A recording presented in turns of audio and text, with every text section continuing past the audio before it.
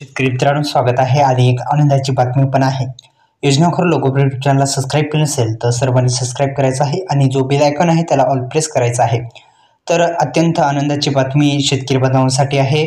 एक महत्त्वाची जे प्रकल्प योजना आता या योजना जी आहे सुरू करण्यात येणार आहे. नानाजी देशमुख कृषी संजीवनी प्रकल्प टप्पा 2.0 महाराष्ट्रातील काही जिल्हेसुद्धा आहेत. किती गावामध्येही राबवण्यात येणार आहे या संदर्भात संपूर्ण बातमी आपण जाणून घेऊ. व्हिडिओला लाईक करा आणि या यूट्यूब चॅनलला सबस्क्राईब केलं नसेल तर आपण सर्वांनी सबस्क्राईब पण करायचं आहे. आणि या यूट्यूब चॅनलला सबस्क्राईब केल्याच्यानंतर या व्हिडिओला लाईक पण करायचं आहे. अत्यंत महत्त्वाचा असा अपडेट आपण या व्हिडिओच्या माध्यमातून घेऊत.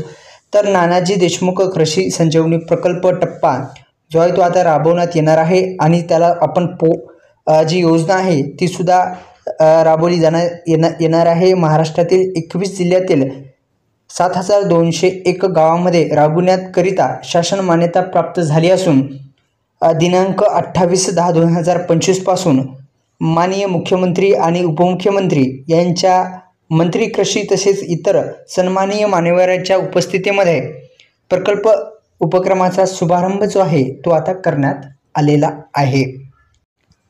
आपण जर पाहिलं तर या प्रकल्पाचे DBT पोर्टल लाईव्ह करण्यात आलेला आहे.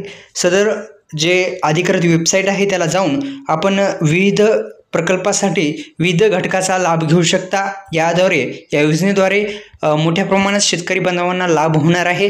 याचा जरूर आपण याच्यामध्ये आपण पाहिलं तर 21 जिल्ह्यातील 7,201 गावामध्ये ही जी शासन मान्यता जी आहे ही प्रकल्प राबवण्यात येणार आहे. तर या यूट्यूब चॅनलला सबस्क्राईब केलं असेल तर सबस्क्राईब करा, बेल आयकॉनला ऑल प्रेस केलं नसेल तर करा.